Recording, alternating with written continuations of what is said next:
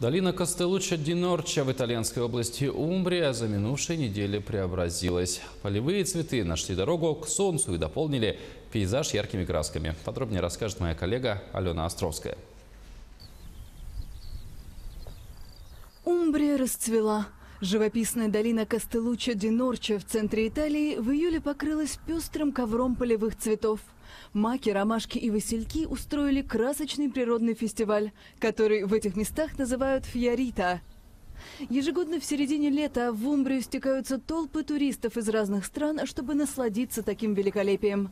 Таня Руссо празднует здесь свой 35-й день рождения. Я сказала своей семье, что мечтаю увидеть Кастеллуччо-ди-Норча. Это мой подарок. Я впервые приехала сюда. Сами видите почему. Долина бескрайняя. Она дарит чувство свободы. Цветущие луга расположены рядом с полями местных фермеров, но существуют сами по себе, рассказывает Антонио Баркаролли. Когда